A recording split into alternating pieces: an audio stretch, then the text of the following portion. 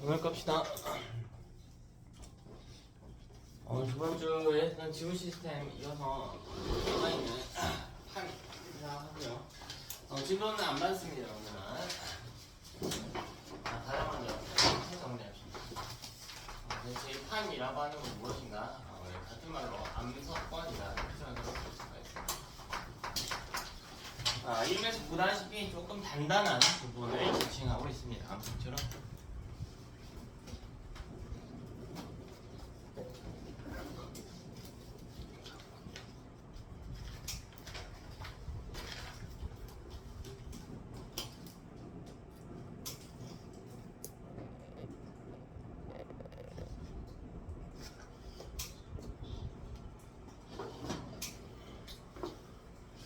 어디를 이야기하냐면 우리 저번 주에 했던 이 직권을 좀 다시 그려줄 필요가 있겠습니다.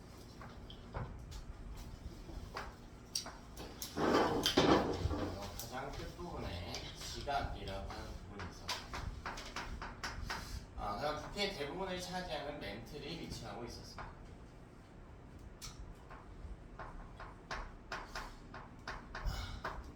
근데 이 멘틀은 워낙 두껍기 때문에 같은 멘틀에 있더라도 어디에 위치하냐에 따라서 성질이 좀 달라요. 보면 이 위쪽에 있는 지각은 고체 상태고요. 아래쪽에 있는 외핵은 액체 상태란 말이에요. 물론 이 안에 더 내핵이 있겠지만, 네, 이 지각과 가까운 위쪽은요 좀 단단합니다. 지각과 성질이 비슷해져 좀 단단해. 아래쪽으로 내려올수록요 외핵은 액체 상태잖아요. 유동성이 커진다라고 생각하시면 돼. 우리 저번주에 뭐라고 이야기했냐면 멘틀은 고체인데 유동성이 있다라고 이야기를 했단 말이에요. 근데 그 정도가 위치에 따라 다르다고. 그래서 이 위쪽 부분을 보면 멘틀인데 좀 단단한 부분이 있어요. 여기 우리가 뭐라고 표현할 거냐면 상부 멘틀의 일부분이라고 할 거예요. 상부 멘틀의 일부분. 상부 멘틀이라고 하면 멘틀의 위쪽 부분, 한 400km 정도 되는 부분을 이야기하는데 그 전체를 이야기하는 게 아니고 그 중에서도 일부분. 자, 이 둘을 합쳐서 우리는 판이라고 부르기로 했습니다. 약 100km 깊이입니다. 약 100km 깊이.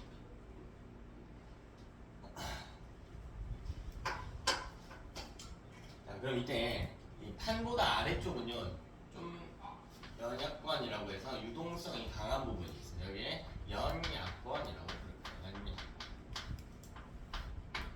유동성이 좀 강합니다.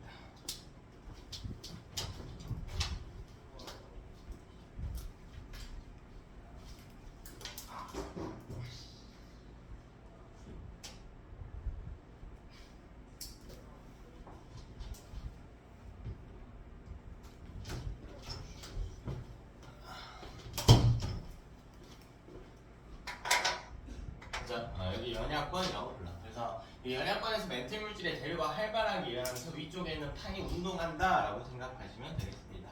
이게 저번 주에 했던 내용과 이어지죠. 우리 저번 주에 지구에 관여한 에너지 3개 중 두 번째로 많은 관여를 했던 게 지구 내부 에너지였고요. 지구 내부 에너지에 의해서 멘틀 대류가 일어날 수 있다라고 했잖아. 그 중에 특히 연약권의 대류가 일어난다. 그럼 그 위에 있는 단단한 판이 떠다닌다. 이렇게 생각하시면 되겠다.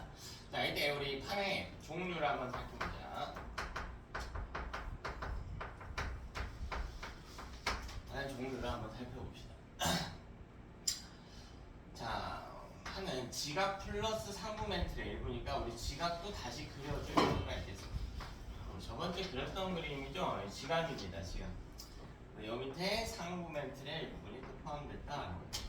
바람물이. 늦지마. 자, 얘들아, 나 마지막으로 이야기할게. 얘들아, 우리 사람 간의 시간 약속 기본 매너거든요. 그래서 본인이 5분 더 자고 싶다, 1분 더 자고 싶다, 좀 더 민기적 하고 싶다 하는 게 우선이 아니야. 우선이 아니야. 하지만 수업 시작할 때 첫 주부터 제가 이야기했어요. 절대 늦지 말아라 라고. 자신 없으면 5분 일찍 와서 앉아 계세요. 자신 없으면 늦지 마.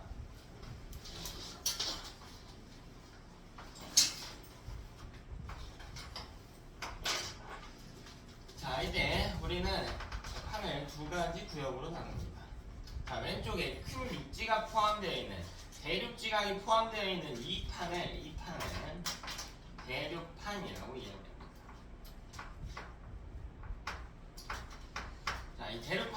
두께가 두껍습니다. 자, 밀도는 작은 편이에요. 자, 그 이유가 구성된 암석의 종류가 화강암질의 암석이기 때문이야. 대륙파의 특징. 자, 저번주에 이야기했던 대륙 지각의 특징과 동일하죠. 대륙판이 대륙 지각을 포함하고 있습니다. 다음 해양판입니다. 자, 오른쪽은 해양판이고요. 얘는 두께가 굉장히 얇은 편이며 밀도는 큰 편입니다. 그 이유는 암석의 종류가요, 보통 현무암질 암석으로 구성되기 때문입니다.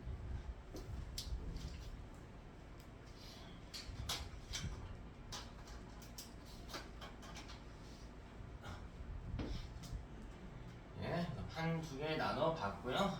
이제 이 판들 사이에서 나타난 경계에 대한 이야기를 좀 더 해봅시다. 네, 지구는 크게 한 10개 정도의 판으로 나눠져 있거든요. 판들이 1년마다 한 2cm 정도씩은 이동을 해요. 그럼 판끼리 가까워지기도 하고 멀어지기도 하는데 우리 그런 부분들을 판의 경계라고 칭합니다. 이 판의 경계가 어떻게 발생하는지 이야기를 해봅시다. 이 지면의 일부를 그려봅시다. 여기에 판이 있다고 합니다. 여기도 있다라고 할까요?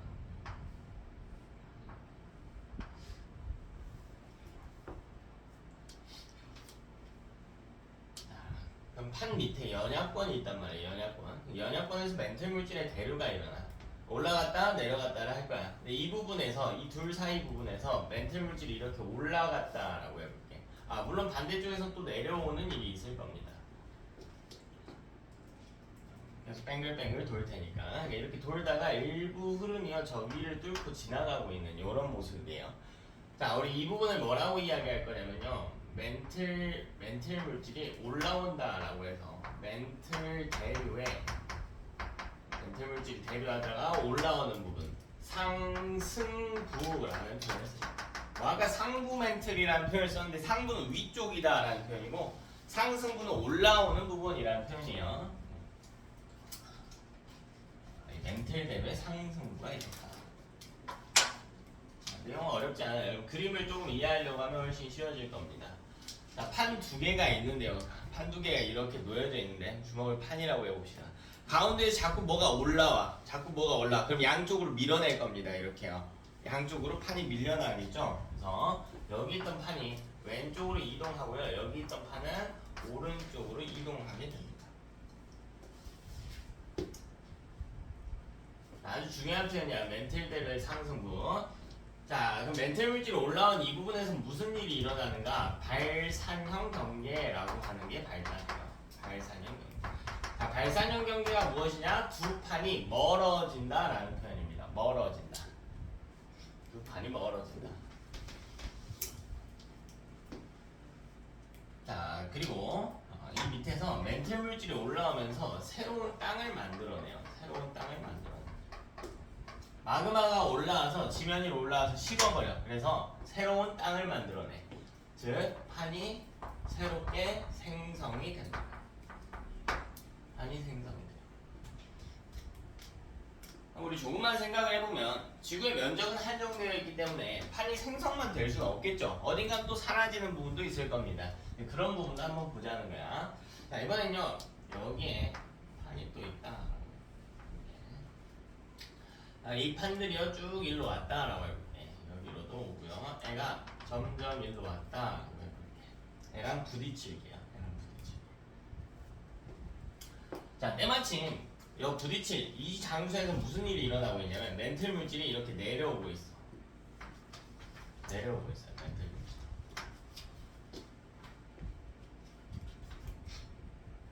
애가 밑으로 내려오고 있습니다. 애가 내려온다라고 하는 건 이 지점으로 물질이 모인다는 것 같거든요. 하수구, 배수구 생각해 보면 돼요. 물이 아래로 모여드는 곳으로 어떤 물질, 이 물질, 머리카락 이런 게 다 모이게 되죠. 판들이 모이게 됩니다. 그래서 이 부분을 우리가 뭐라고 부를 거냐면 멘틀 대류에 멘틀 물질이 대류하다가 내려오는 부분이다. 하강부다라고 부릅니다. 하강부.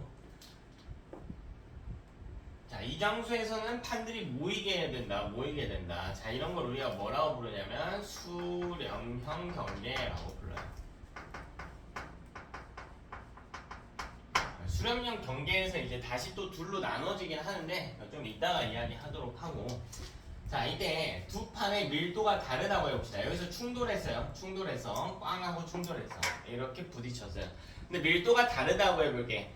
자, 제가 움직이고 있는 이 손이요, 밀도가 크다고 해볼게요. 밀도가 큰 친구들은 아래로 가라앉으려고 하는 흐름이 생기지. 부딪혔을 때 아래로 이렇게 꺾어 들어가요. 밀도가 큰 놈이 아래로 파고 들어가려고 하는 성질을 지녀. 그러면 이 판이 이렇게 들어갈 거란 말이죠. 이렇게 들어가는 거죠. 밑으로. 근데 이 밑에 뭐가 있냐면 마그마가 있단 말이야. 마그마에 퐁당 담궜으니 여긴 녹아버리겠죠. 여기가 녹아서 없어지게 된단 말이야. 그래서 이 멘틀들의 하강부에선 판이 소멸하는 특징이 생깁니다.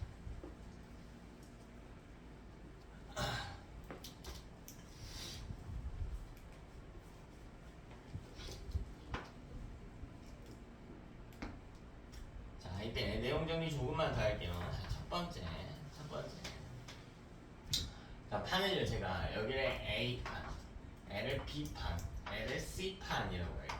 A판, B판, C판. 자, 이때 우리 뭘 비교할 거냐면 판의 나이를 비교할 거야. 판의 나이.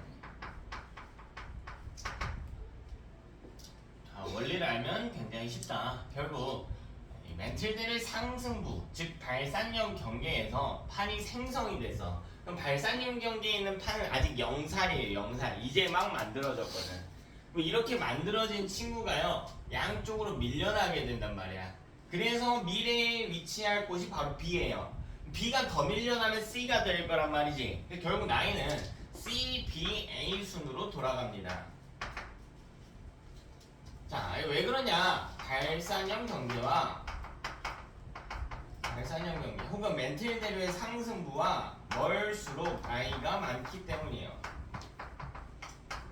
자, 어려운 이야기 아니죠? 발산형 경계에서 태어났으니까 이제 막 태어난 신생아들은 여기 발산형 경계에 있는 거고, 여기서부터 나이가 들수록 이동을 하는 개념이기 때문에 발산형 경계와 멀수록 나이가 많다.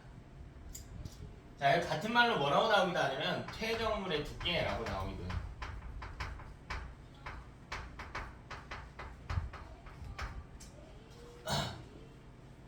퇴적물의 두께라고 쓰기도 합니다.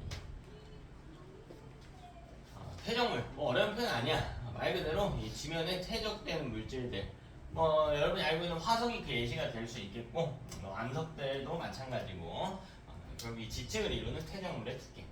나이가 어리면 인제 막 태어났는데 퇴적물이 쌓일 시간이 어디 있어요? 뭔가 쌓일 시간이 없겠죠. 시간이 지나야 퇴적물이 쌓일 거 아니야. 그래서 나이와 퇴적물의 두께는 같은 표현으로 제시될 수가 있다. 자, 두 번째, 이 경계에 대한 제대로 된 이해예요. 두 번째, 그림 한번 볼까요? 두 개 놓고요. 자, 왼쪽에는 이 판은 오른쪽으로 3cm씩 간다. 이렇게 1년에 3cm 퍼 1년. 자, 오른쪽에 있는 이 판은요, 1년에 5cm씩 간다라고 해요. 보통 1, 2cm씩 가요. 별다른 일이 없으면 1, 2cm씩 가는데, 지각 변동에 따라 멘틀 대류의 정도에 따라 속도가 달라질 수 있습니다. 지금 위에 있는 이 판은 그림으로 보면요, 이 경계는 발산형은 마치 두 개의 판이 서로 등지고 멀어지는 듯하게 그려지고요. 수렴형은 서로 얼굴을 마주보고 달려와서 가까워지는 것처럼 보이거든. 근데 꼭 그럴 필요가 있는 건 아니고요. 지금 이 둘 사이를 보면 거리가 앞으로 어떻게 될지를 보는 거야. 앞으로 이 두 판은 어떻게 돼? 가까워질까 멀어질까? 이 판, 두 개의 판 사이는. 얘는 1년에 3cm밖에 안 가고 얘는 5cm씩 가니까 거리가 점점 어떻게 돼? 멀어지는 개념일 거 아니야. 그래서 여기도 발산형 경계가 된다.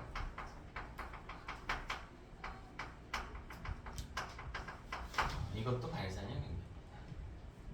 꼭 발산형이 위에 그림처럼 서로 등지고 멀어질 필요는 없다. 같은 방향으로 움직이더라도 둘 사이의 거리가 멀어지게 되면 발산형 경계로 취급한다.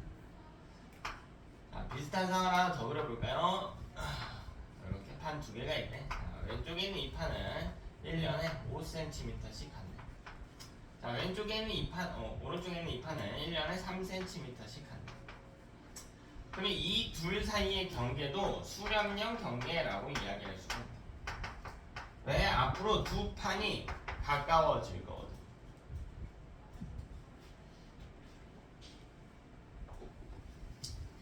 자, 이렇게 해서 우리 판의 경계와 그 경계를 통해 나타나는 특징들 하고 멘틀 대류의 상승 하강에 대해서 좀 다뤄봤습니다. 결국 여러분 경계라고 하는 걸 간단하게 정리해주면, 자, 경계는 크게 세 개로 나누어지는데, 가장 첫 번째로 발산형 경계가 있고, 자, 두 번째가 수렴형 경계가 있는데, 이 중에서 나눌 거예요. 섭입형 경계라고 하는 것과 충돌형 경계로 나눌 겁니다. 자, 세 번째는 도존형 경계.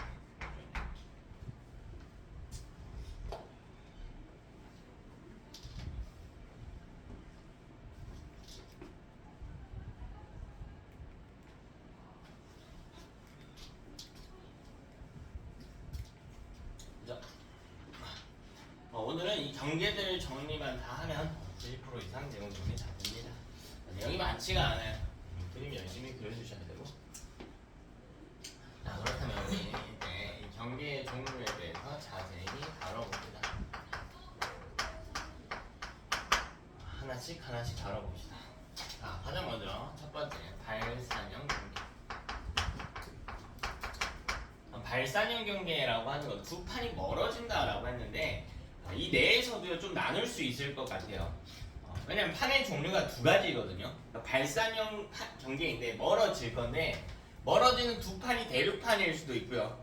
대륙판이 멀어지는 발산형 경계일 수도 있고, 해양판이 멀어지는 발산형 경계가 있을 수도 있잖아. 또 해양판, 대륙판끼리 멀어지는 발산형 경계도 있을 것이고요. 그래서 이걸 하나하나씩 나눠서 보겠습니다. 그래서 1-1번. 첫 번째 해양판과, 자, 해양판 두 개의 해양판이 멀어지는 경계. 해양판과 해양판이 발산하는 경계. 판이 좀 필요하겠죠? 조금만 입체적으로 갈게요. 조금만. 그림 어렵지 않아. 이렇게 판이 하나 있다. 하나 더 필요하겠죠? 이렇게 맞물려 있는 판이 하나 더 있다고 해요. 둘 사이 틈 살짝 놓죠. 이 정도 그릴 수 있겠지? 어려운 그림 아니니까.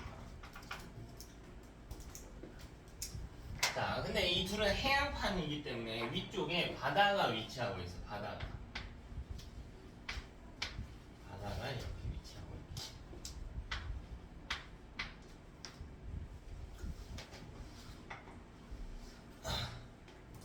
그니? 어렵지 않죠? 자, 근데 발산형 경계라고 하는 건 아까 멘틀제의 상승부에서 나타난다라고 했어. 이 밑에서 마그마가 이렇게 올라옵니다. 이렇게 올라와요. 이 틈을 비집고 막 올라와, 마그마가 위쪽으로. 3차원적이라 좀 안 보이면 2차원적으로 그려볼게요. 자, 이렇게 1차 모양의 틈이 있다라고 생각하는데, 일자 모양이 기다란 틈이 있어. 매우 기다란 틈이 있어. 일자 모양이 기다란 틈이 있어. 자, 뭐 할 거냐면요, 이거 분수처럼 해볼게요. 여기서 물을 위로 팡 솟게 해줄게. 일자 모양의 틈을 따라서 물을 위로 팡 솟게 해줄게. 이렇게 솟게 해줄게. 어렵지 않지? 그럼 물이 올라와서 공중에 떠 있나요? 아니요, 다시 어떻게 돼요? 떨어지겠죠. 자, 이때 떨어질 때 모양을 예측해 보는 거야. 자, 이게 일자 모양의 틈이기 때문에 어떻게 떨어지냐면, 자, 첫 번째 올라간 이 물이요, 이렇게 떨어질 거고요. 왼쪽으로도 올라갔다가 떨어지고. 자, 두 번째 구멍에서 나온 이 물도 올라갔다가 떨어지고, 올라갔다가 떨어지고, 여기도 올라갔다 떨어지고, 올라갔다 떨어지고, 여기도 올라갔다가 떨어지고요, 여기도 올라갔다가 떨어지고, 올라갔다가 떨어지고의 반복일 겁니다. 다 알겠니? 자, 이런 일이 똑같이 일어난다고요. 근데 이거 물이 아니란 말이야. 이 밑에서 올라오는 건 물이 아니죠. 마그마란 말이에요. 마그마. 그럼 물처럼 올라갔다가 금방 떨어지는 게 아니고 올라오고 떨어지는 과정에서 식어버려요. 식어버려. 그래서 굳어버립니다. 이게 마그마라면 어떻게 되냐면요. 올라와서 굳어버려요. 이런 모양으로. 여기 이런 모양으로 굳어버려요. 이 뒤에서도 마찬가지로 올라와서요. 굳어버려요. 여기도 올라왔다가 굳어버려요. 즉 산을 만들어 산을. 자, 그래서 여기를 기준으로 산을 만든다고 산을. 이제 만들어진 산을 한번 봅시다. 자, 하나, 둘, 오른쪽, 왼쪽으로 양쪽으로 솟아서 떨어지면서 산을 만듭니다. 오른쪽, 왼쪽, 여기도 오른쪽, 왼쪽 이렇게. 그래서 산이 두 줄기로 발달하게 되는 모습이 나타나요. 산이 두 줄기로 발달합니다. 산이 한 줄로 이렇게 발달하는 개념이 아니고 두 줄로 발달하는 거예요. 두 줄로. 두 줄로. 이해됩니까? 됐어요? 자, 우리 이렇게 만들어진 지형에 대한 이야기를 할 겁니다. 자, 그럼 여러분 바닷가에 놀러 가면 우리 이 산을 볼 수 있을까요? 없을까요? 이 산? 만들어진 이 산이 있다면 볼 수 있을까 없을까? 못 보지. 왜 이거 어디에 박혀 있을까? 이거 위치가 어딜까요? 심해 밑바닥이겠죠. 당연히 사람 눈에 안 보이겠지. 심해 밑바닥에 박혀 있는 거야. 미안해, 목이 좀 안 좋네. 자, 우리 이런 산을 뭐라고 그러냐면 해령이라고 불러. 해령. 해령은 해저산맥이라는 뜻이에요. 해저산맥. 해저산맥. 그죠? 해저산맥. 바닷속에 있는 산들을 다 해령이라고 불러. 대부분의 해령의 생성 원리는 이런 식으로 발생합니다. 이 발산형 경계에서 올라온 마그마가 식어서 만들어집니다. 자, 이때요. 해령의 모양을 보는 거야. 자, 보면 양쪽으로 이렇게 솟는다고 했지. 그러니까 마치 이거 알파벳으로 보면 M자 같지 않나요? M자 같죠? 근데 이 교과에서는 M자보다 어디에 주목하냐면 이 사이에 움푹 패인 지형, 이걸 우리가 골짜기라고 부르거든. 골짜기에 좀 주목해요. 이래서 이 가운데 있는 V가 그려진다. V가 그려진다. 그래서 가운데 V자 모양의 골짜기가 발달하게 돼요. 우리 이런 지형을 뭐라고 부르냐면 열곡이라고 부를 거예요. 열곡. 그래서 이걸 같은 표현이 뭐냐면 열곡의 형태를 띠고 있다라고 합니다. 해령은 그러니까 똑같은 지형을요 두 가지 이름으로 부르는 거야. 그러니까 관점의 차이인 거야. 바닷속에 있다는 관점으로는 해령이라는 이름으로 부를 수 있고 형태의 관점에서는 열곡으로 부르는 겁니다. 열곡은 가운데에 V자가 그려지는 두 갈래로 발달하는 산이에요. 두 갈래로 발달하는 두 줄로 발달하는 산. 이해됐지? 어렵지 않죠? 어렵지 않죠? 자, 그리고 여기 화산이 터지고 있기 때문에 절대 화산이 아니고 멘틀 물질이 올라오고 있기 때문에 화산이 발생하고 있죠. 화산 활동이 발생하고 있습니다. 멘틀 물질이 상승하면 화산이 활동이 있다. 마그마가 뚫고 나오면 화산 활동이 있다라고 이야기를 하는 겁니다. 자, 그다음 지진이 있는데요. 자, 이때 일어나는 지진을 천발 지진이라고 해요. 천발 지진. 좀 이따가 자세히 이야기할 건데 지진이 일어나는 지점을 진원이라고 하거든요. 지진의 근원을. 그 진원의 깊이가 별로 깊지 않은 것을 천발 지진이라고 해요. 아직은 별로 안 하다 할 거고 이따가 이야기가 해봅시다. 그래서 지형 외워주시고요. 화산과 지진의 종류 외워주시면 됩니다. 다음 1-2번. 자, 같은 발산형 경계인데 이번엔 대륙판끼리 멀어져 봅시다. 그래서 대륙판과 대륙판이 발산하는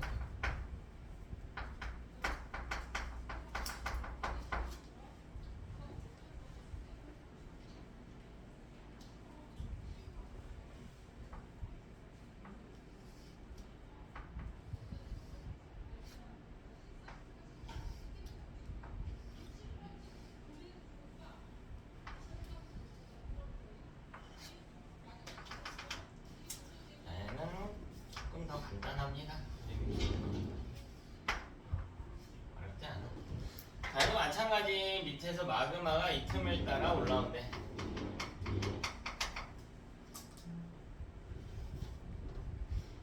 틈을 따라 올라온대.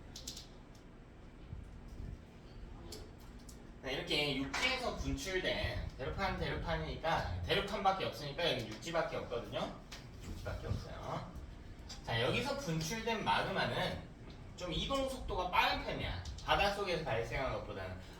이 마그마의 종류도 그렇고요. 여기는 물이 방해하는데, 이동을 방해하는데 얘는 이 위에 물이지 않거든요. 그래서 양쪽으로 좀 넓게 퍼질 수가 있어요. 따라서 여기서 만들어진 산은 쟤랑 똑같은데요. 좀 옆으로 넓게 퍼져 있는 느낌이야. 이런 느낌이에요. 옆으로 넓게 퍼져 있는 느낌. 이런 느낌. 이런 느낌. 자, 우리 이 지형을 뭐라고 부르냐라는 거야. 근데 어쨌든 가운데 V가 그려지거든요. V가 이렇게 그려지죠. 그럼 이걸 열곡이라고 부를 수 있는데 열곡 중에서도 육지에는 열곡은 좀 다르게 생겼기 때문에 표현을 열곡대라고 해서 써주기도 합니다. 근데 그냥 열곡이라고 읽어도 상관없습니다. 대륙판 사이에서 발달하는 열곡을 열곡대라고 하는데요. 그냥 열곡이라고 해도 상관없습니다. 자, 화산 활동이 있고요. 자, 천발 지진 발생. 천발 지진.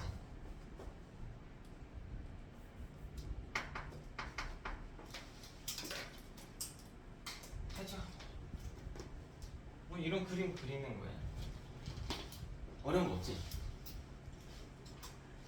지형도 하나씩만 딱딱 외워주시면.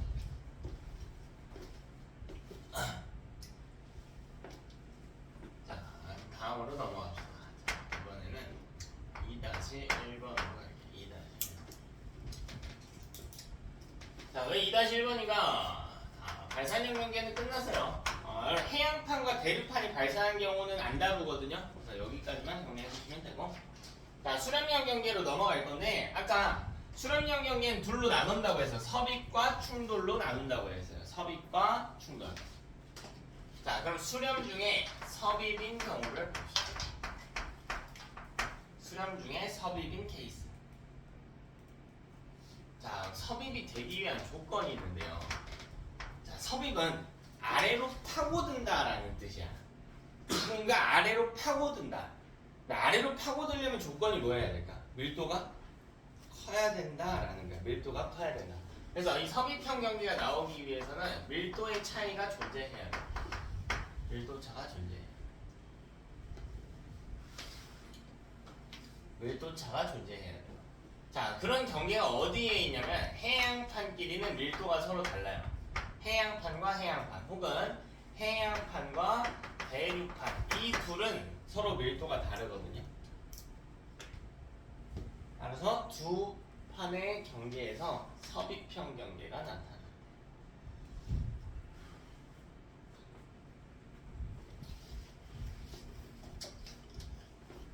자, 그럼 첫 번째 2-1-1 해양판과 해양판이 수렴하는 경우. 근데 이때는 섭입판네. 자, 수렴 중에서도요 충돌이 아니고 섭입이네. 근데 애는 그림이 조금 더 복잡해질 거예요. 처음부터 3차원으로 보면 여러분 좀 힘들 것 같아서 처음에 2차원 그림을 한번 볼게. 자, 여기 해양판 두 개가 있어. 바닷물 일단 그냥 안 그릴게요. 자, 근데 해양판은 밀도가 서로 다르다고 했잖아. 그러니까 왼쪽에 있는 게 만약 밀도가 큰 해양판이고 오른쪽에 있는 놈이 밀도가 작은 해양판이라고 해볼게. 자, 이때 두 판이 서로 가까워져요. 이렇게 서로 가까워져요.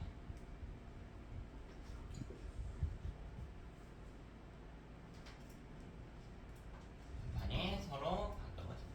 뭐 여기 판은 이렇게 멀어지는 거였죠. 이렇게 멀어지는 거였죠. 아까는 이렇게 멀어지는 거. 이번에는 가까워지는 거.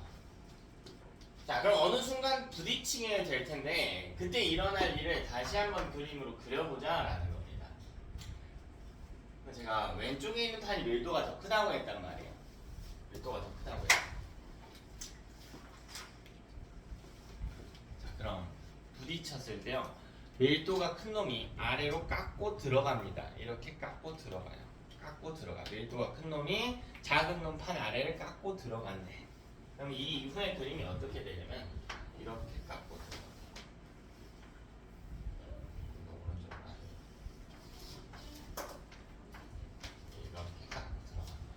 이런 모습이 그려질 거예요.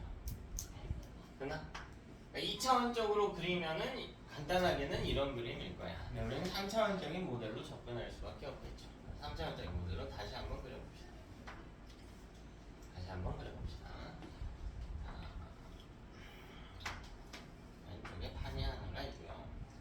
자, 이 판이 아래로 쭉 파고 들어갈 거예요. 여기는 이제 뒷면 안 보이겠죠? 여기도 마찬가지. 자, 새로운 판을 이제 얹어줘야겠지. 새로운 판이 이렇게 있고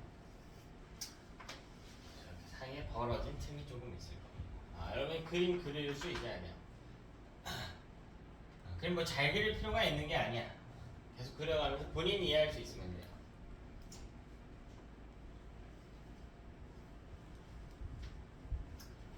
자, 근데 여기 둘 다 해양판이니까 바닷물도 같이 표시해 줄까요? 바닷물도 같이 표시해 줍시다. 바닷물도 같이 표시해 줍시다.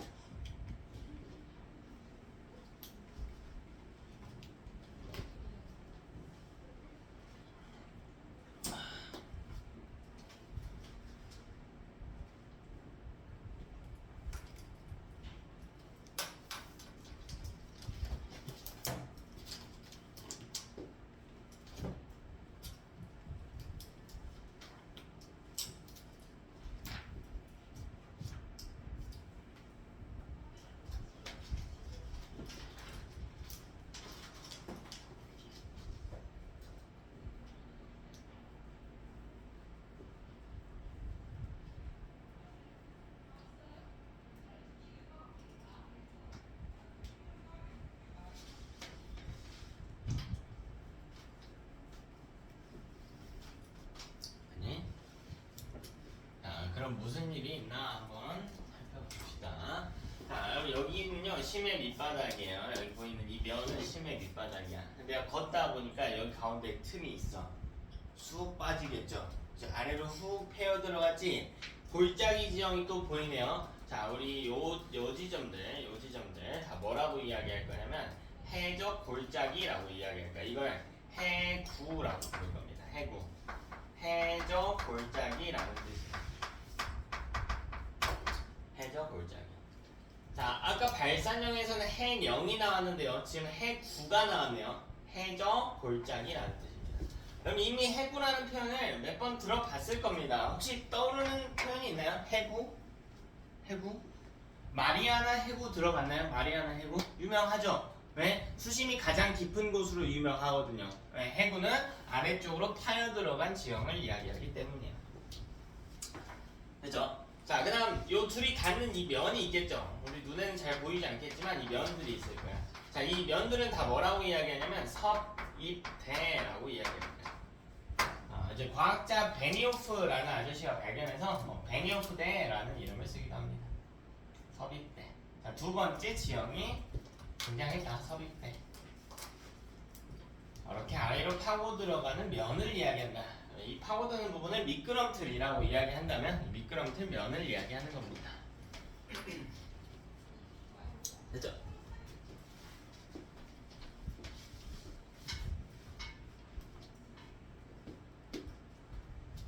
자, 그 다음 중요한 지형 하나 더 살펴볼게요. 좀 중요한 지형이거든요.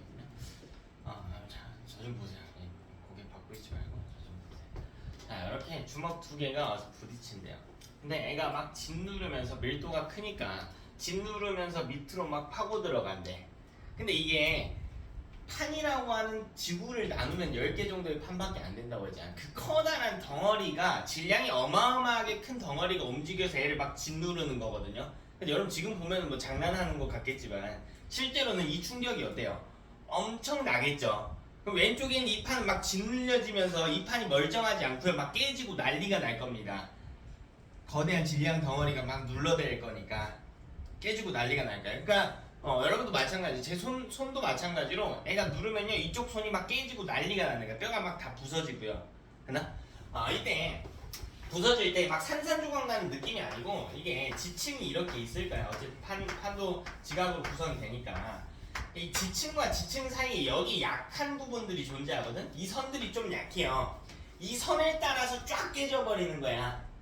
이 선을 따라 쫙 깨져요. 그러니까 일자 모양으로 깨진 틈이 나타나거든요. 거의 일자 모양으로. 그래서 여기도 보면은 여기에 깨진 구멍들이 있어요.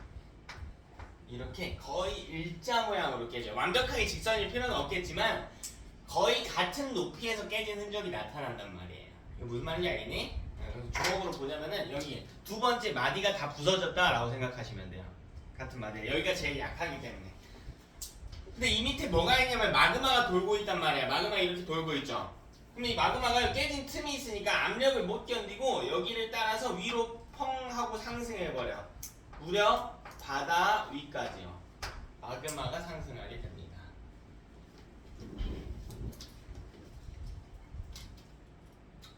마그마가 바다를 다 뚫고 올라와가지고 심해 밑바닥부터 뚫고 올라와가지고 결국 해수면까지 도달하게 됩니다. 근데 해수면에 도달한 마그마가 식겠죠. 식어가지고 여기 덩어리를 만들어내. 그러면 바다 위에 커다란 지면이 생성이 될 겁니다. 알겠지?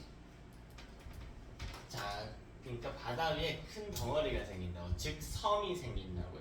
자, 여러분 이렇게 화산 활동으로 생겨난 섬들을 우리가 열도라고 부릅니다. 그래서 일본 열도라는 표현을 쓰죠. 일본 열도. 근데 이 열도는 모습을 보니까 어떻게 생겼냐면 거의 일자 모양으로 발달한단 말이야. 거의 일자 모양. 이걸 선으로 이어보는 거야. 근데 이게 완벽한 직선은 아니겠죠. 완벽한 직선은 아니니까 보면 약간 뭐처럼 생겼냐면 원의 호처럼 생겼다는 거예요. 원의 호처럼 생겼다. 약간 구부러진 직선이라고요. 그래서 요거를 우리가 뭐라고 부르기로 했냐면 이 친구들은 호상열도라고 부르기로 했습니다. 호상열도. 호의 모양을 하고 있는 화산섬이다라는 뜻이야. 호상열도. 이 호상열도 굉장히 중요합니다. 굉장히 중요해요. 자, N은 중요한데 특징이 두 가지가 있어요. 자, 첫 번째로요. 자, 호상열도를 제가 이어봤어요. 이런 모습이고요. 해구를 이어봤어요. 이런 모습이에요. 자, 이 호상열도는 무조건 해구와 나란하게 발달합니다. 해구와 나란하게 발달해요.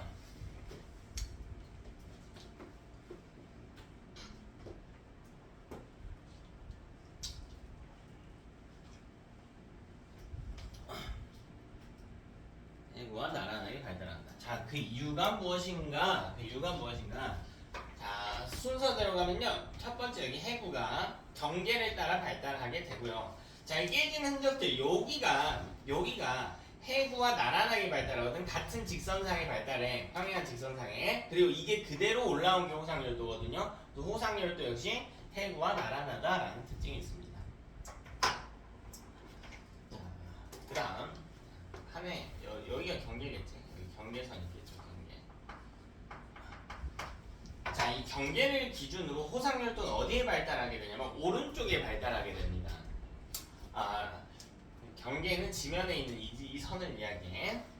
경계를 기준으로 밀도가 큰 판이 아래쪽 판으로 섭입하는 거거든. 밀도가 작은 판 아래로 섭입하는 거야. 밀도가 큰 판이 밀도가 작은 판 아래로 섭입하는 거야. 그럼 섭입 때는 항상 어디로 발달하게 되냐면 경계를 기준으로 밀도가 작은 판 위에 발달하게 돼. 그랬더니 경계를 기준으로 이 선을 기준으로 밀도가 작은 판 쪽에 섭입대가 발달한다고. 근데 호상열도는 섭입대 위에서 발달하거든요. 그래서 호상열도는 항상 어디에 발달하냐면 두 번째 특징에는 밀도가 작은 판 위에 발달합니다.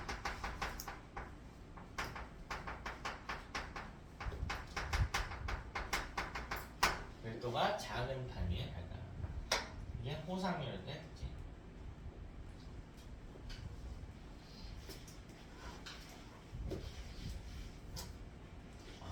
그래서 여기가 지형이 3개이고요. 3개는 좀 많아요. 해구, 섭입대, 호상열도 좀 많아. 좀 신경 써서 외워주셔야겠습니다. 자, 이때 화산활동이 있나 없나 먼저 체크할게요. 화산활동 당연히 있죠. 호상열도가 그친 거지. 마그마의 분출.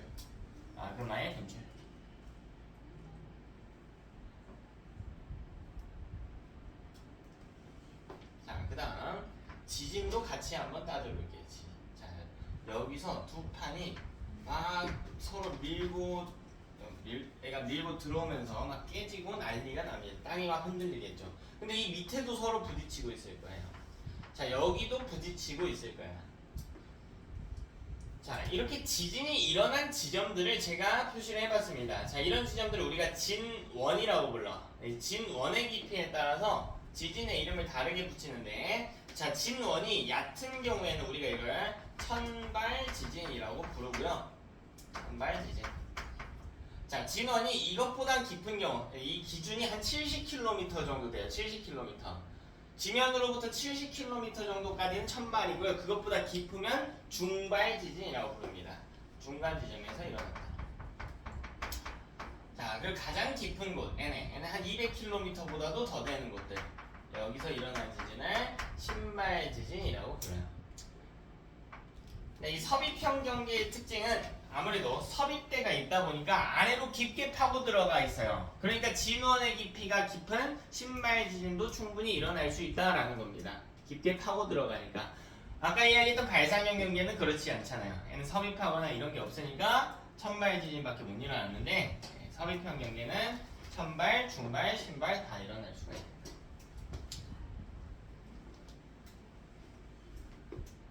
자, 이제 아주 중요한 이야기가 있습니다.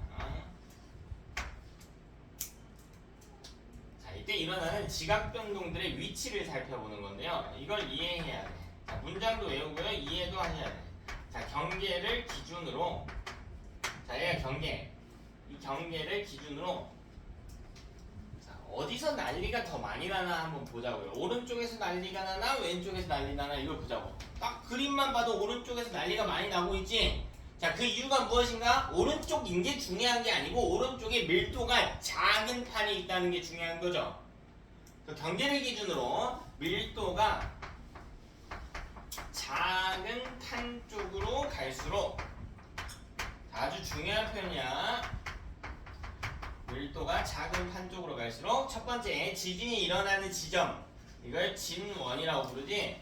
진원의 깊이가 증가한다. 진원의 깊이가 증가한다.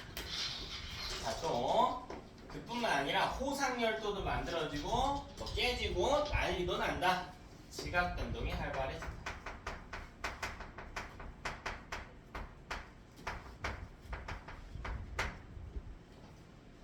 그죠?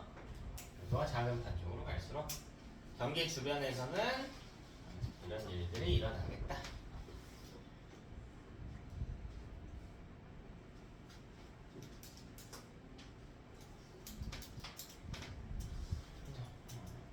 이게 가장 어려운 지역이에요. 오늘 할 것 중에.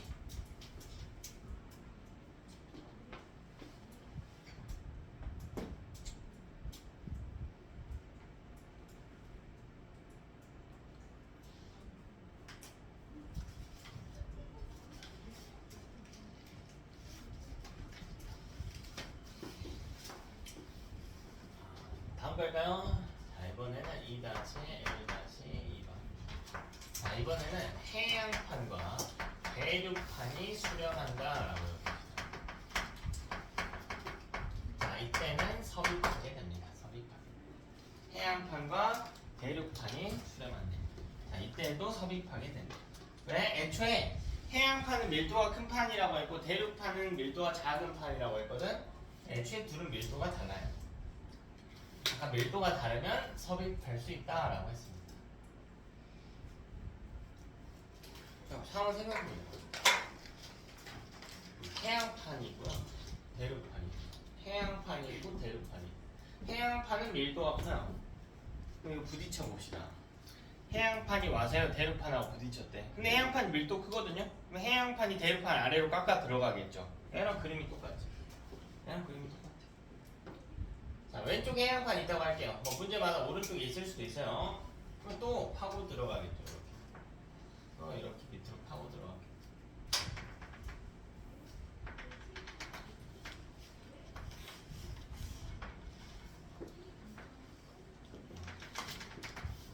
파고 들어오겠죠. 자, 그럼 여러분 이 그림만 보고 판을 찾을 수가 있어야 돼. 왼쪽에 있는 판이 오른쪽 판 밑으로 파고 들어갔지. 그럼 왼쪽에 있는 판 밀도가 크다는 이야기예요. 자, 한쪽은 해양판이고 한쪽은 대륙판이라고 했으니까 애가 해양판이고 애가 대륙판인 겁니다. 구분할 수 있어야 돼요.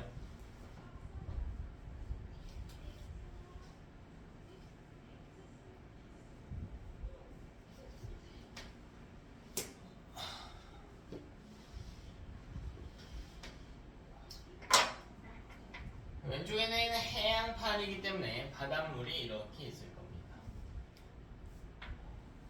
자, 근데 여기서 많이들 헷갈려하는 포인트가 나요. 바닷물 어디까지 그릴 거냐면 여기까지 그릴 거예요. 그냥 오른쪽은 대륙판인데요. 자, 이렇게 가는데 그게 아니야. 자, 이 그림을 다시 보셔야 돼요.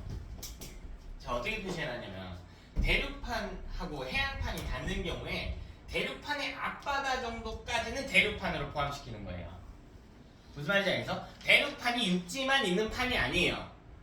해양판 역시 바다만 있는 판도 아니고요.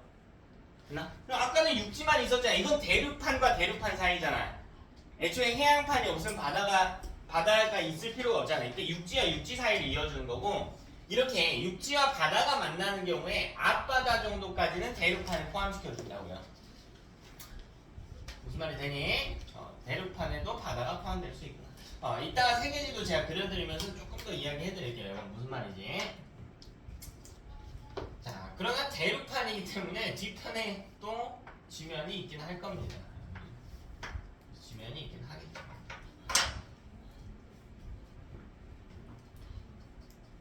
나 앞바다 정도까지는 포함된다.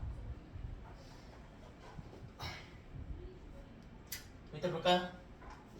자, 여기 똑같이 해부 있네요. 해부 있네. 그죠? 자, 여기 똑같이 서리대 있네. 서리대. 그죠? 애도 서로 막 밀고 들어왔을 테니까, 이렇게 밀고 들어왔을 테니까 꼭 서로 마주보고 올 필요는 없다고 했어요. 사실 같은 방향으로 가더라도 가까워져도 상관없다고 해서. 자, 여기 또 깨진 흔적들이 있겠죠. 이 선을 따라서 이렇게 마그마 물질이 올라올 겁니다.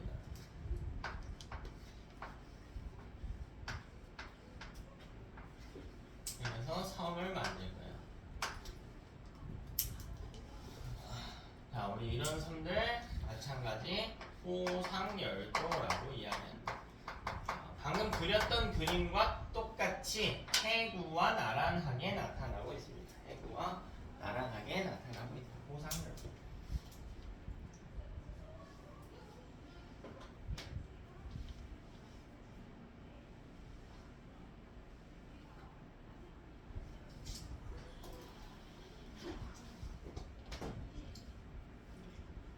호상열도. 얘랑 똑같죠? 어려울 거 없죠? 자, 당연히 화산활동 여기서 일어나고 있을 거고, 화산활동 있을 거고. 자, 여기 지진도 여기도 다 일어나고 있겠죠. 지진도 천발부터 중발, 신발 지진 다 일어나겠죠. 모두 다 일어날 겁니다. 해랑 완전히 똑같은데요? 네, 완전히 똑같아요. 완전히 똑같아요. 자, 근데 차이가 있기는 해요. 있기는 해. 자, 무슨 차이가 있냐면 맨 끝쪽 정도에는 육지가 위치한다라는 것이야. 육지가 위치한다. 그럼 다시 제 손 한번 보실래요? 자, 애가요 깎고 들어갈게요. 애가 밀도가 커요. 깎고 들어가겠습니다. 자, 이때 들어감을 당하는 밀도가 작은 판에 좀 집중해서 한번 보세요. 어떻게 될지. 눌러보면 어떻게 될지. 자, 눌러주면요 애가 깎여 들어가면서 애가 압력을 받아서 손목이 위로 솟게 돼. 손목이 위로 솟겠지. 뒤편은 힘을 받아서 이렇게 뒤로 위로 볼록 올라갈 거란 말이야. 근데 아까는 이게 뒤에가 다 바다였으니까 올라가면 떨어지면 그만이거든요. 근데 애는 뒤편에 바다만 있는 게 아니지. 뭐도 있어요? 육지도 있잖아. 육지는 올라가면 떨어지나? 아니죠. 그대로 굳어버리겠죠. 그래서 올라와서요 이렇게 굳어져 있는 이런 모습들이 발견이 돼. 제 손목의 모양처럼 위로 이렇게 솟아있다고. 이렇게 솟아있다. 즉 산이 만들어진다는 거지. 쉽게 이야기하면 산이 만들어지죠.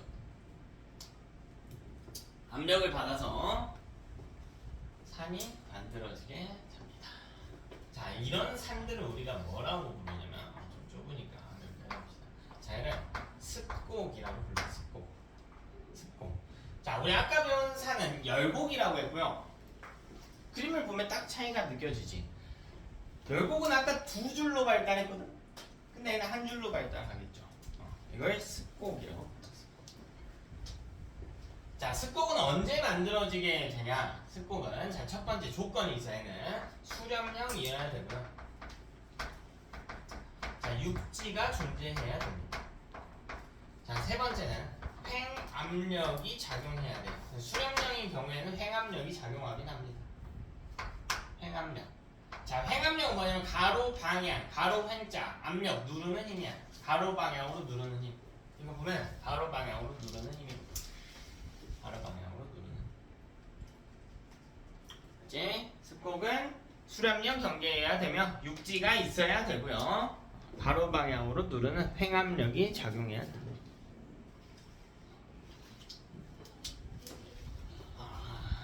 이렇게 비교가 가능합니다. 자, 해령은 발산형이어야 된다. 발산형. 열곡의 형태로 나타나는 해령은 발산형이야. 얘도 힘 한번 알려드리자면 아까 쟤는 횡압력이거든. 이렇게 누르는 힘. 이 두 판을 누군가 누르고 있는 것 같죠? 이 힘에 의해서 발생한다는 거고, 여기는 마치 누군가가 두 판을 잡고 양쪽으로 벌리는 것 같거든요. 양쪽으로 잡아당기는 것 같지? 두 판을 이렇게 잡고 누가 이렇게 잡아당기는 거죠. 그럼 잡아당기는 힘을 두 글자로 뭐라 그러죠?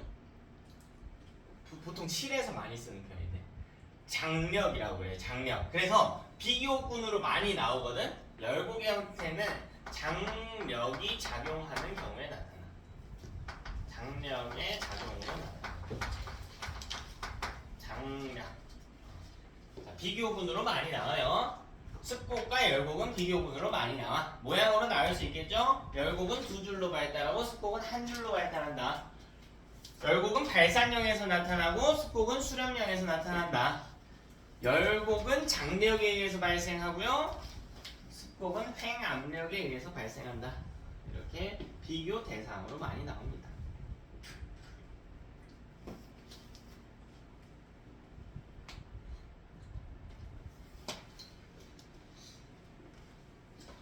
자,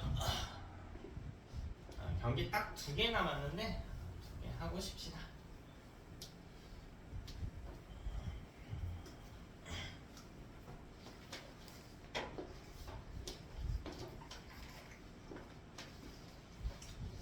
다시 2번 갈게요. 자, 우리 수렴형은요 섭입과 충돌로 나눠진다 라고 했고요. 우리가 섭입 이야기는 다 했으니까 이번엔 수렴형 중에서 충돌형 경계에 대한 이야기를 해봅시다. 수렴형 경계인데 충돌형 경계가 나타나는 경우. 자, 얘는 섭입하지 못한 케이스입니다. 자, 왜 섭입을 못했냐면 밀도차가 없기 때문이야. 밀도가요 서로 차이가 나지 않아. 경계 아주 쉽습니다. 아주 쉬워요. 자, 그럼 이건 언제냐? 이건 대륙판과 대륙판이 수렴하면 이때는 충돌형 경계가 나타납니다. 대륙판과 대륙판이 수렴하면 충돌형 경계가 나타나. 그림이 어렵지가 않다. 간단하게 한번 볼까요? 여기 대륙판 하나.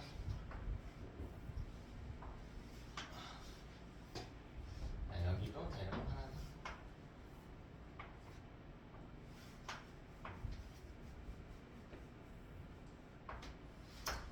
근데 대륙판은 밀도가 서로 거의 다 똑같아. 그래서 여러분은 주먹 박치기 해보면 돼. 자, 아까는 두 주먹이 부딪혔을 때 밀도가 큰 놈이 아래로 양보했거든요. 이렇게 파고 들어갔단 말이지. 근데 서로 엇갈려서 양보해서 지나갈 수가 있었어요. 근데 이번에는 두 판이 부딪혔는데 밀도가 똑같아. 밀도가 큰 놈도 없고 작은 놈도 없어. 그럼 둘이 위아래로 비껴가지 못한다는 소리거든요. 그럼 이 상태로 계속 눌러보세요. 계속 눌러봐. 그럼 압력이 쌓이겠지. 그럼 지면이 압력을 못 버티고 이렇게 위아래로 솟아버린단 말이야. 부딪혔는데 밀도차가 안 나니까 누군가 아래로 안 가. 압력이 쌓여가지고요 위로 이렇게 올라가 버린다고. 쩍 벌어져 버린다고요. 그래서 여기 가운데에서요 위아래로 벌어진 지형이 생겨납니다. 이렇게. 아래로도 벌어져 있습니다. 아래로도 이렇게 들어가는 거예요. 아래로도 원래는 들어가는 건데 위쪽으로 들어간 것만 보시면 돼요. 우리 저게 언제 나온 이야기냐면 아까 판이나 저번주에 지각 그릴 때 이렇게 그렸거든. 여기에 좀 의구심이 가졌던 친구들이 있었을 거야. 산이 위로 솟았는데 왜 밑으로도 솟았는가? 이걸 보여주는 게 요거예요. 이 스곡이에요, 스곡. 위로만 솟는 게 아니야. 위아래로 둘 다 솟거든.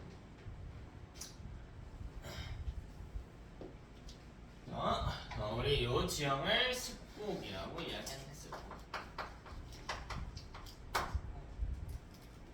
두 번째로 등장했네요. 왜 아까 스곡의 생성 조건이 뭐라 했냐면 수렴령이어야 된대. 여기 수렴령이거든요. 육지가 존재해야 되는데 육지 있거든요. 육지 있어요. 대륙판 사이니까 당연히 육지 있겠지. 횡압력 작용해야 되는데 횡압력 작용하고 있거든. 그러니까 습곡이 생겨나고 있지. 습곡이 생겨나고 있다. 자, 이때 화산활동 볼게. 화산활동 없습니다. 화산활동 없어요. 없습니다. 자, 왜 화산활동이 없냐? 마그마가 올라올 수가 없어. 이렇게 지면이 위아래로 벌어져서 산을 만들어냈기 때문에 마그마가 올라오려고 하는데 막혀있어요. 막혀있어. 못 올라오겠죠. 그리고 여기는 심지어 수렴령 경계이기 때문에 수렴령 경계 아까 뭐라 그랬냐면 멘틀대류 하강부라고 했어요. 하강부. 멘틀 물질이 올라오려고 한 흐름도 없는데 막혀있기까지. 그러니까 못 올라오죠. 화산활동 없습니다. 지진은 어떠한 곳? 천발 지진 있고요. 중발 지진까지는 일어납니다. 신발 지진은 못 일어나요. 이렇게 생각하면 돼요, 여러분. 그래도 얘가 발산형보다는 충격이 크거든요. 발산형은 서로 멀어지는 거고 충돌형은 서로 부딪힌 거니까 발산형보다는 큰데 섭입대는 없잖아? 그럼 신발까진 못 일어난다 라고 외워주시면 되겠습니다. 그쵸? 이게 충돌형 다 하는 거야. 이게 다 하는 거야. 세 번째 경계 하나 보고 쉽시다. 자, 세 번째는 보존형 경계입니다. 보존형 경계. 보존형 경계. 보존인데 보존. 뭐가 보존되냐라는 건데 이 판이 보존된다는 거예요. 이 경계에서 판이 큰 충격을 받지는 않는다 이런 뜻입니다. 간단히 그림 한번 볼게. 다시 주목 한번 보시면 발산형은 어떤 느낌이냐면 서로 멀어지는 느낌이죠. 그치? 자, 수렴형은요 서로 가까워져서 부딪히는 이런 상황인 거고. 자, 보존형은 뭐냐면 서로 같은 직선상에 있지 않아. 아까처럼 지금 같은 직선상에 있었잖아. 발산형, 수렴형. 보존형 같은 직선상에 있지 않아요. 엇갈려 있어요. 이렇게 있어요. 이렇게 지나갑니다. 그러면 이 두 판이 서로 긁고 지나가는 것 정도는 하거든. 긁고는 지나가는데 충격이 그렇게 큰 편은 아니야. 방금 거랑 비교해보면 이렇게 박는 것보다는 긁고 지나가는 것 정도가 낫잖아요. 그래서 판이 깨지지가 않아. 판의 원래 형태가 보존된다라고 해서 보존형 경계입니다. 그래서 이건 서로 다른 직선상이 필요하기 때문에 얘네보다 그림이 조금 더 입체적일 필요는 있어. 어렵지는 않은데 판 4개가 필요합니다. 판 4개. 자, 이렇게 판 4개가 있다라고 해봅시다. 판 4개.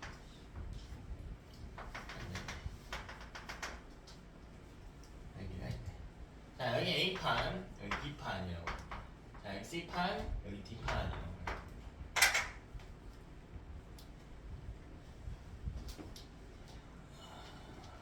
가장 먼저 어떤 일이 있는가 살펴보면 자, A판과 B판이요 왼쪽 오른쪽으로 서로 벌어집니다. A판과 B판이 서로 왼쪽 오른쪽으로 이동해.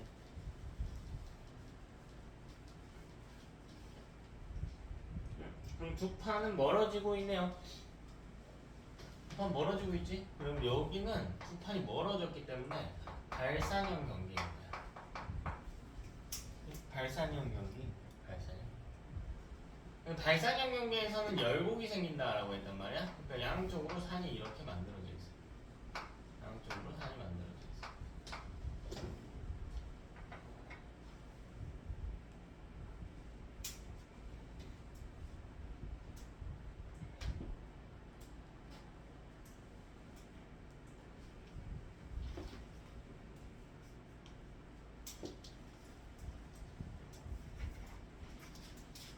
보존형 경계는 어딘데요? A, B와 큰 덩어리로 보세요. A, B 합친 덩어리, C, D를 합친 덩어리. 이 사이, 요 사이 경계. 여기가 보존형 경계. 그래서 이 발산형과 보존형은 어떤 특징이 나타나냐면 중요한 특징이 하나 나타나요. 둘은 수직이야, 수직. 수직이야, 수직. 수직으로 나타납니다. 보존형 경계는 이렇게 엇갈리면서 나타나게 되는데, 자, 엇갈렸다라고 하는 건 위에 있는 판이든 밑에 있는 판이든 움직였다는 거거든요. 그래서 그 움직이는 원인이 됐던 게 발산형 경계가 돼요. 발산형 경계가 있다면 보존형 경계가 수직으로 나타난다. 수직이야, 수직. 그럼 이 보존형 경계에서는 무슨 지형이 나타나나요? 자, 여기 이 밑에 이 면이 중요한 건데, 여기도 면. 자, 이 면을 따라서 변환 단층이라고 하는 게 자, 보존형 경계에서는 변환 단층이 나타나네. 이게 아무래도 이 내부 단면을 보는 거기 때문에 좀 어려울 거거든요. 그래서 좌표를 잘 갖고 와서 도와드릴게요. 여기 X축, 여기 Y축. 그러면 어려운 친구들은 이걸 한번 보시면 될 것 같아요. 자, 이게 Z축이라고 3차원 좌표를 하나 가져옵니다. 이 그림 기준 Z축을 따라서 발산형이 발달하고 있거든. 발산형과 열곡이라는 지형이 발달하고 있죠. X축을 따라서는 뭐가 발달하고 있냐면 보존형 경계가 발달하고 있다. 그러니까 이 도는 수직이에요. 이 도는 수직이야. 이거 기억해줘야 돼. 발산형과 보존형은 수직이야. 자, 그럼 변환 단층이라고 하는 건 뭔가요? 변환 단층. 자, 이름 해석은 이따가 하고, 자, 여기 발달하는 거야. 여기. XY 평면에 발달하는 거야. 변환 단층. 이건 XY 평면이라는 뜻이야. XY 평면이라는 뜻이야. XY 평면에 위치하고 있어. 그래서 이 변환 단층은 이 지형끼리 보통 비교를 하니까 얘는 열곡과 수직인 거고요. 자, 이 보존형 경계는 발산형 경계와 수직이다. 뭐 이런 표현을 씁니다. 혹은 보존형 경계는 열곡과 수직이다. 이렇게 해도 괜찮아요. 됐죠? 그래서 이게 뭔데요? 할 텐데 이게 뭔데요? 뭐 생겼다는 건 알겠는데 이게 뭔데요? 할 텐데 보시면 두 판이 이렇게 엇갈려서 가는 거라고 했잖아. 그럼 두 판이요 지금 같은 높이로 시간이 지나면서 원래는 같은 위치에 있었단 말이야 두 판이. 그러니까 지층이요 밑에서부터 차곡차곡 같이 쌓아져서 올라와 있을 거야. 그러니까 한 덩어리처럼 보였겠죠. 왜 둘이 붙어있긴 했으니까. 근데 이제 누가 간대. 그럼 지층이 어떻게 될까? 뚝 하고 끊어지겠죠. 뚝 하고 끊어진단 말이야. 이걸 우리가 단층이라고 부르고요. 보존형 경계에서 발생하는 단층의 이름을 변환 단층이라고 불러. 변환은 해석하기가 좀 어려울 거야, 너네가. 이게 좀 더 많이 들어가야 되거든. 지우가 원개념까지 들어가서 이름을 심플하게 외울게. 얘는 그냥 변환 단층이라고 불러. 자, 이렇게 하고 우리 10분 정도 쉬었다가 17분 되면 시작할게요. 12시 17분에.